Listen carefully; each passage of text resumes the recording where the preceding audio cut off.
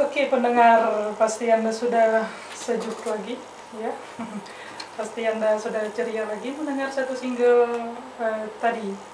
Nah mungkin dapat saya informasikan juga nih pendengar bagi mahasiswa-mahasiswa atau siapa saja yang ingin masuk master pendidikan master bahasa Inggris di Unsia itu sudah mulai dibuka nih pendengar.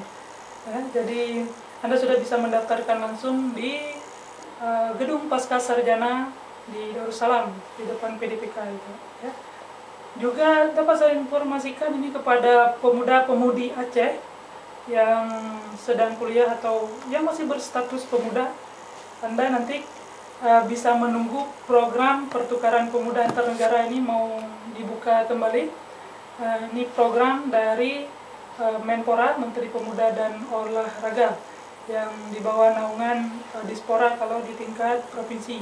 Jadi kegiatan ini nanti akan dibuka sekitar akhir bulan 3 atau awal bulan 4. Makanya bagi pemuda-pemudi yang ingin keluar negeri gratis tanpa ada biaya apapun, Anda nanti bisa mendaftarkan diri, ya.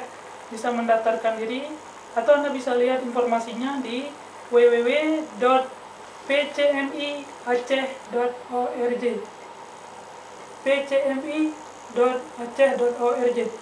Oke, seperti itu pendengar. Mungkin pendaftarannya belum dibuka nih, menurut informasi pendaftarannya belum dibuka karena programnya belum jelas untuk Aceh tahun ini. Di programnya ada 5, itu ada pertukaran pemuda ke Jepang, pertukaran pemuda antar negara ke Malaysia, Australia, Kanada, kemudian Cina dan Korea. Demikian juga ini ada pertukaran pelajar ya. Ya, pertukaran pelajar. Kebetulan salah satu kandidatnya ini adalah sahabat kita Maria Ulfa. Dapat Maria ceritakan sedikit, mungkin ada pendengar yang ingin mengetahui bagaimana atau apa sih program pertukaran pelajar itu? Jadi ini ada program pertukaran pelajar di bawah naungan organisasi Bina Antar Budaya. Jadi dalam program ini ada 2 program lagi, ada AFS, ada YES. Kalau YES itu full scholarship, beasiswa penuh, tapi negara tujuannya cuma untuk Amerika, ke Amerika. Sedangkan program yang satu lagi, AFS, ini bayar setengah istilahnya. Oh gitu. Kita bayar half atau seberapa mampu, nanti mereka tanggung sisanya.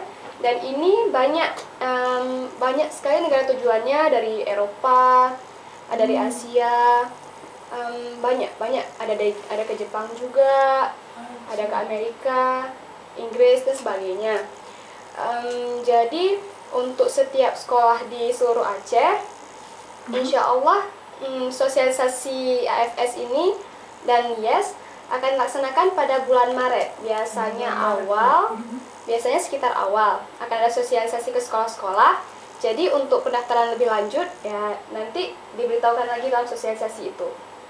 Sih, jadi berapa orang yang bisa ini mengikuti program ini? Kalau untuk kuota ikut pertama kali, tes tahap 1 nggak ada kuota, bisa ikut sebanyak-banyaknya. Cuma nanti ke depannya ada tes, nah di situ berguguran biasanya. Banyak gitu ya. Bagaimana bentuk tes? Mungkin Maria dapat menjelaskan sedikit pengalamannya. Jadi tesnya ada beberapa tahap. Yang pertama kita harus beli ini ya Dimas, beli kartu formulir pendaftaran. Ya ada kayak stand tempat. Nanti pas di sosialisasi dibimbingin kalau nanti kami ada buka kayak tempat pendaftaran, tanda kalau kita tuh memang udah mendaftar. Nanti kayak ada kayak kerjasama antara Bina Budaya Terbaya sama tempat stand tersebut. Di mana itu biasanya? Kalau tahun lalu di toko buku Pio ya, di Pio salah satu standnya tuh ada di Pio di Ulekaring ya. Di Ulekaring. Okay. Terus selanjutnya setelah kita beli nomor istilahnya, terus kita nanti akan mengisi formulir online. Setelah mengisi formulir online, kita akan mengikuti tes tahap 1, yaitu tes tulis, writing test. Ya, writing test. Oke, pendengar, Anda sudah mendengarkan beberapa informasi. Jadi jangan juga, ini bisa juga langsung ditelepon sembari kita ngobrol. Nanti akan kembali ke topik lagi. Anda mau praktis bahasa Inggris silakan, karena memang ini program untuk praktis yang kita provide untuk Anda, yang kita sajikan untuk Anda, orang Aceh dan orang seluruh dunia gitu ya. Oke, kembali lagi ke Maria ini. Kira-kira berapa lama program ini dan apa sih titik titik poin untuk bisa jebol menjadi salah satu kandidatnya gitu ya? Jadi kalau misalnya program ini hal yang paling harus dipersiapkan dari semuanya itu bahasa Inggris kebetulan. Bahasa Inggris, oke. Bahasa Inggris. Jadi di situ nanti ada tes semacam tes TOEFL, tapi ini bukan TOEFL, tapi tes bahasa Inggris juga. Di situ terus ada wawancara bahasa Inggrisnya juga dan tes-tes bahasa Inggris lain yang sangat menunjang keberhasilan kelulusan. Oh iya, berarti di mana-mana penting bahasa Inggris ini ya.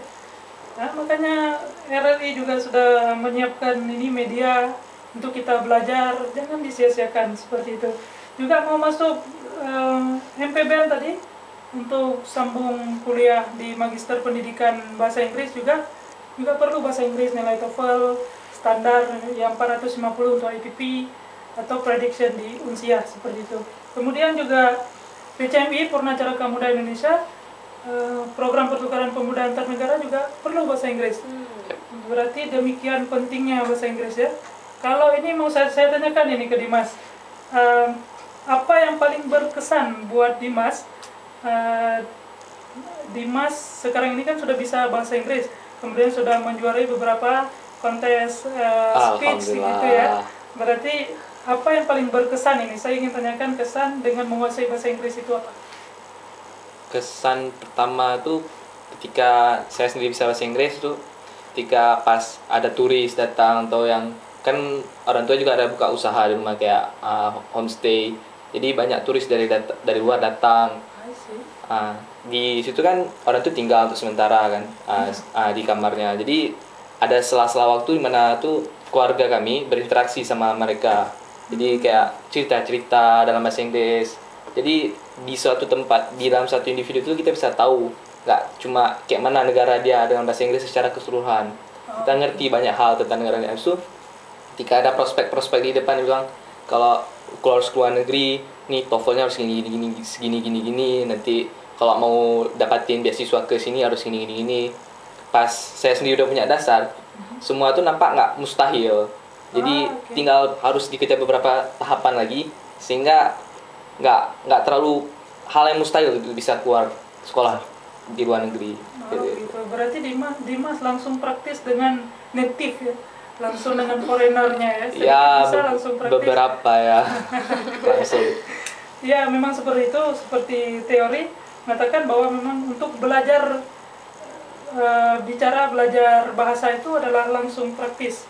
Seperti kita berbahasa Aceh tanpa ada orang yang mengajari kita bagaimana grammar dalam bahasa Aceh dan semacamnya, tapi langsung praktis dengan ibu kita tercinta sehingga kita bisa pintar berbahasa Aceh ya. Tapi kalau disuruh tulis pasti banyak salah. Oke, mungkin saya ingin mau tanyakan juga ke Maria ini. Apa kesan yang paling indah bisa berbicara bahasa Inggris? Kesan yang paling indah bisa berbicara bahasa Inggris. Jujur Maria, alhamdulillah dapat banyak sekali kesempatan karena bahasa Inggris. Dalam hal apapun, tes masuk sekolah yang pertama, Fajar Harapan agak susah masuknya. Alhamdulillah kebantu di nilai bahasa Inggris. Tes yang kebetulan juga AFS kebantunya karena tinggi di nilai bahasa Inggris, walaupun yang lain agak agak mereng-mereng sedikit, tapi alhamdulillah karena nilai bahasa Inggrisnya memadai, akhirnya lewat, alhamdulillah. Terus juga untuk esai-esai dikirim ke sana kemari bahasa Inggris juga, alhamdulillah bahasa Inggris juga, alhamdulillah lewat juga di situ.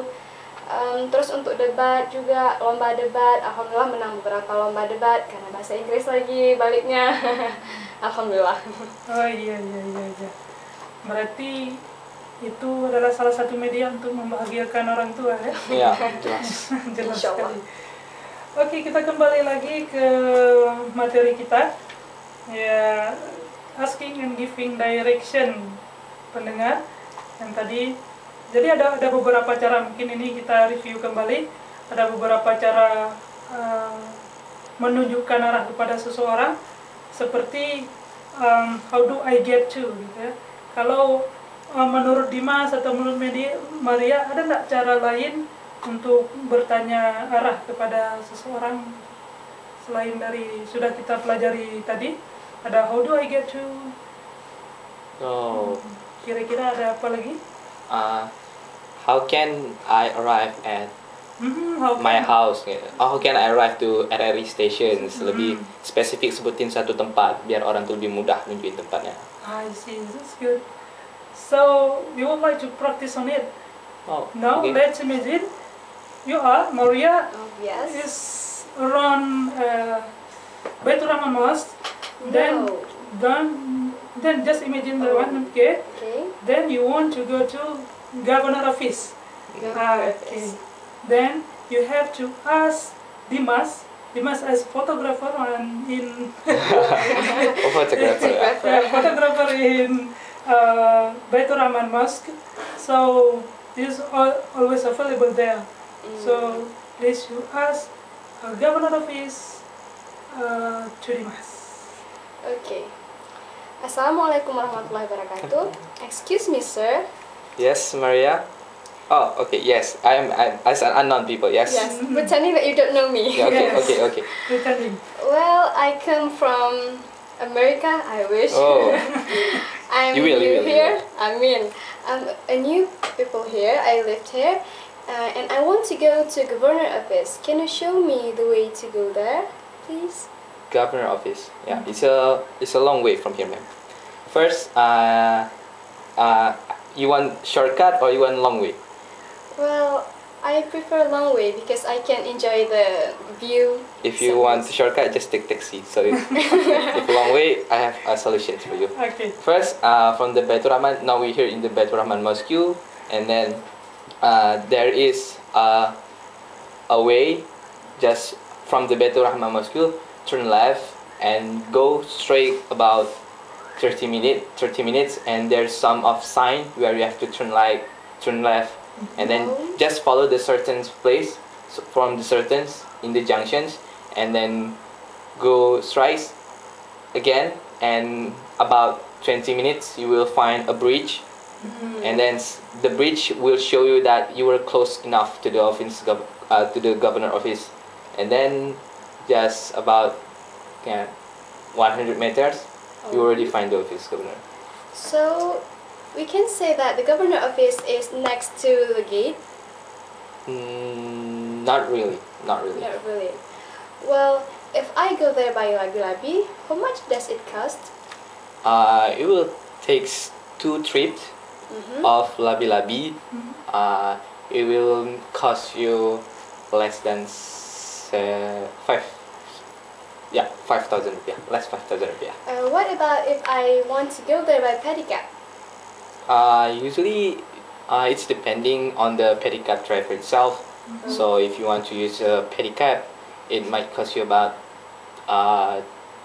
10 or 20 or 15,000 rupiah, some sort of. Well, I think I will go by labi-labi then because that's the cheapest one. Yeah. Thank you. You're welcome.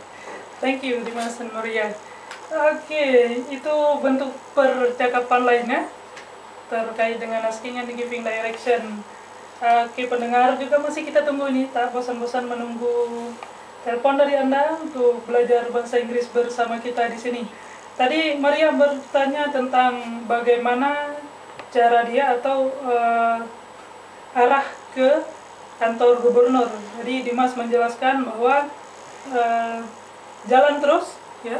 Kemudian ada, kalau di Banda Aceh mungkin mudah, ada penunjuk-penunjuk arah dan sampai ke depan kantor gubernur itu ada jembatan tadi ya. Jembatan. Ada jembatan tadi ya. Mungkin ada beberapa tempat yang dipas, yang dilewati seperti Oman Mosque. Oman Mosque. Yes. Kemudian ada Haji Murtala Stadium. dan hospital. Taman Ratu Safiatuddin. Taman Ratu Safiatuddin. Nah, itu juga bisa kita jelaskan biar lebih jelas kepada pencari arah tadi ya, pencari alamat tadi dalam in cases Maria. Oke pendengar, ini mungkin ada masih waktu sekitar 5 menit lagi. Kita akan kembali juga mereview topik kita hari ini, asking and giving direction ya. Masih bersama kami di sini ada Nirwan, ada Maria, ada Dimas, ya. Tak bosan-bosan menunggu Anda untuk menelpon seperti itu. Oke, di giving direction, kira-kira ada enggak pengalaman ini? Pengalaman Maria, tadi katanya suka jalan-jalan, kemudian tersesat di suatu tempat dan bertanya kepada salah seorang yang dijumpai, kemudian beliau menjelaskan ke arah sini, sana, ada gimana itu? Kalau pengalaman banyak, jadi terakhir Maria pergi ke studio ACTV. Jadi Maria nanya kemana arahnya. Setelah sampai sekitar situ, Maria tanya jalan ini di mana. Jadi orang-orang di sekitar situ bilang, oh lurus aja, just go straight and then turn left, and after that just go about 1 meters, and after that you will find the studio of ACTV. Iya. Berarti dengan tidak malu bertanya, akhirnya ACTV bisa ditemukan Sampai gitu ya. akhirnya, alhamdulillah. Agenda apa di sana? Kebetulan kemarin Maria ada tawaran untuk ngisi talk show. Jadi ya. Terkait dengan bahasa Inggris juga?